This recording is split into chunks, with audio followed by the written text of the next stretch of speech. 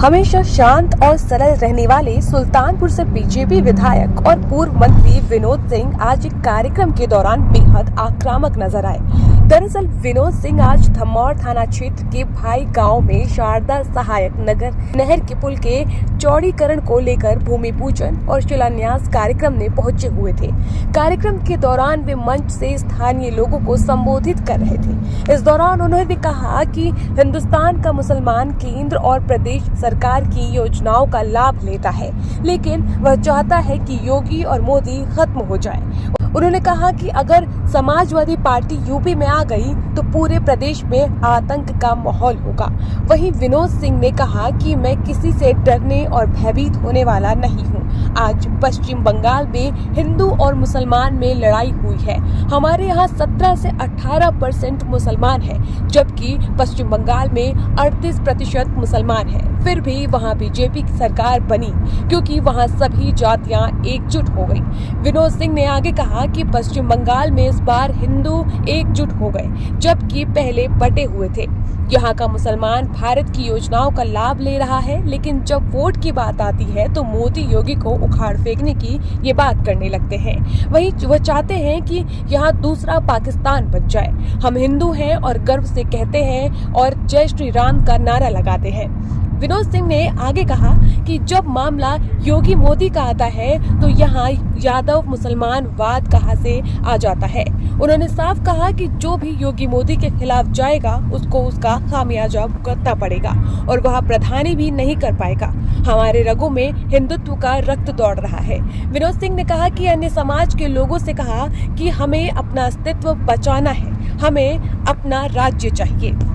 सरकार मोदी योगी की है वो हिंदू को मिलती है और मुसलमान को भी मिलती है। ये सोचने का विषय है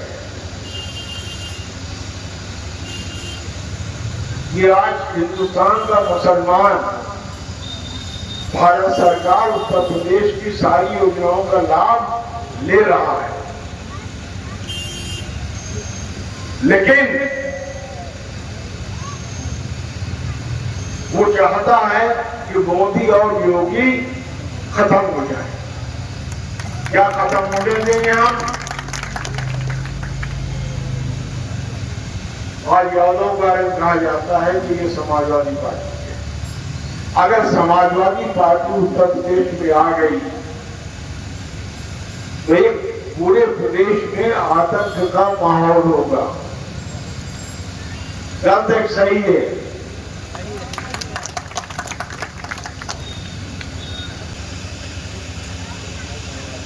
मैं किसी से डरने वाला नहीं, किसी से भयभीत खाने वाला नहीं।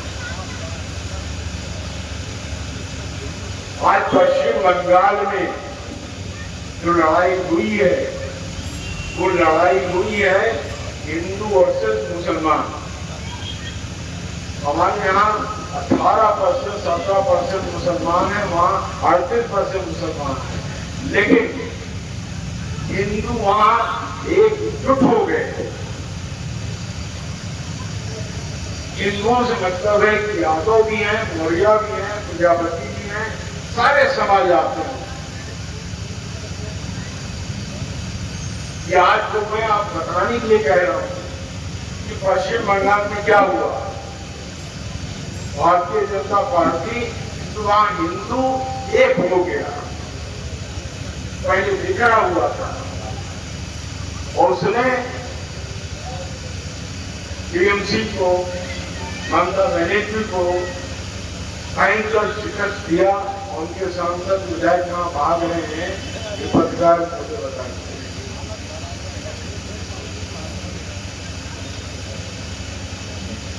क्या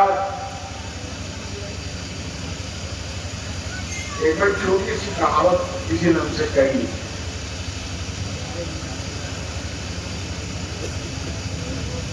हर मुसलमान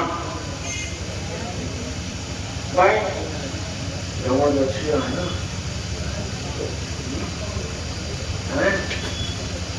लवण दक्षिण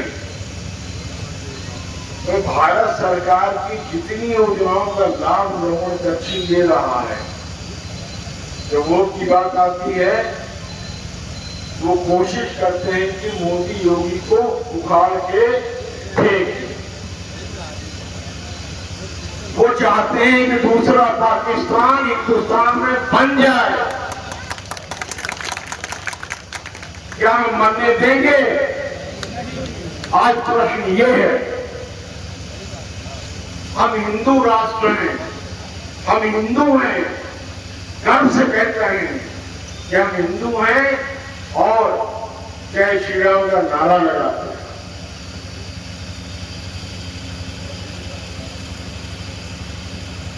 आज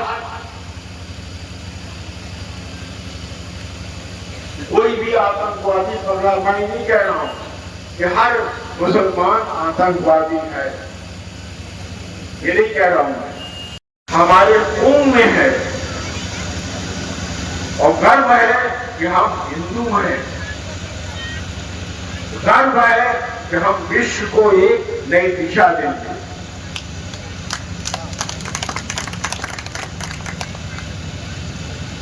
तो यहां जितने अन्य समाज के ठाकुर, ब्राह्मण, पंडित, मौर्य, यादव, प्रजापति, आपकी शादी किस रीति रिवाज से होती है? आपकी शादी हिंदू रीति रिवाज से होती कि नहीं? तो आप हिंदू हैं ही नहीं। जब मामला मोदी योगी का हिंदुत्व आ जाता है तब यादववाद मुसलमानवाद कहां से आ जाता है? नहीं आना चाहिए।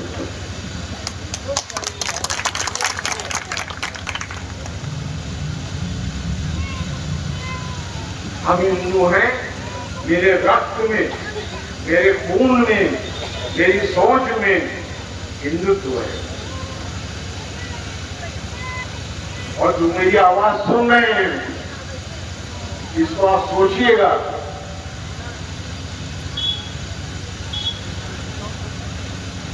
किसी ने मुझसे कहा भैया पानी का चला जाए, कुछ मुसलमान वोट गिर जाए।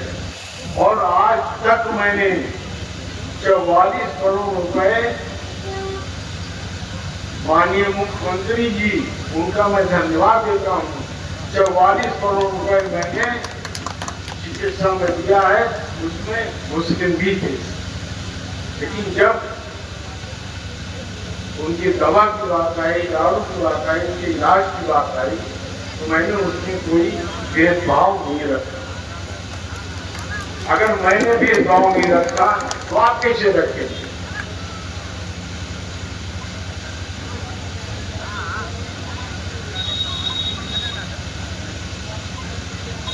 और ये मैसेज कर दीजिए, जो भी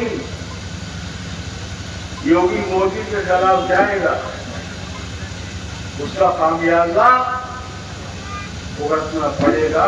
इतनी जान बैठा दूंगा, इतनी जान बैठा दूंगा, वो प्रधानी नहीं कर पाए। जो वायदा करके जा रहा हूं आपको,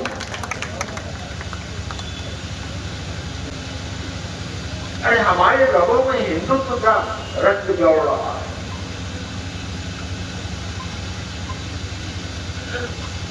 आज अगर मुस्लिम कोई बीमार हो जाता है तो देखता है कि हिंदू का कौन सा अच्छा डॉक्टर है, तब तो नहीं देखते ये।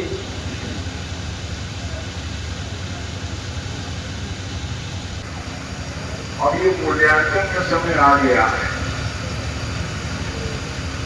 कि 10 साल का विधायक उसने क्या किया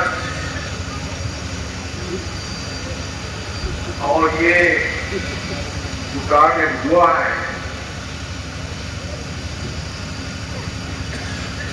ये तो 4 साल का कार्य है।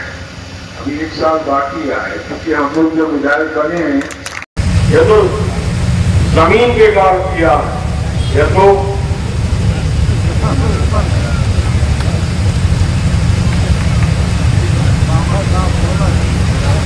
जो जितने यहाँ अन्य समाज के लोग हैं ये मतभेद भूल जाए। हम यादव हैं, हम प्रजापति हैं, हम क्या हैं, हमको अपना अस्तित्व बचाना है। हमको अपना अस्तित्व बचाना है, हमको अपना राज्य चाहिए। ऐसा इसमें से कौन है जो भगवान श्री राम के मंदिर को कहता है कि गलत है? कोई है यहाँ इसमें से? आप खड़ा करते हो।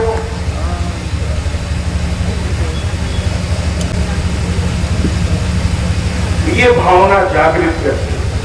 और जहां तक विकास का कार्य है, उसके लिए हाथ जोड़ से मैं प्रार्थना करता हूँ। प्रोग्राम का क्या था? ये क्षेत्र हमेशा से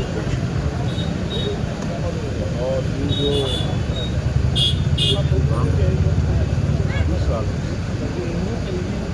और ईश्वर की कृपा से 12 वर्षों से योगी आदित्यनाथ किया जो है वो एक तालपुर के हारमोन की वजह से इस क्षेत्र की जो है लगभग ऐसा कोई गाँव को